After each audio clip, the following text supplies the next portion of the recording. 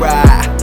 Almost at the club, baby, make a ride. Alright, quick video on how to reset the inspection light on your E46 if you have just changed your oil. So I'm going to go on, it says 15,450. I'll turn it off. So first thing you're going to do is you're going to hold this down, this one right here. And then you're going to go to position 1. It'll say test. You'll keep holding it. It'll say reset. You'll press and hold again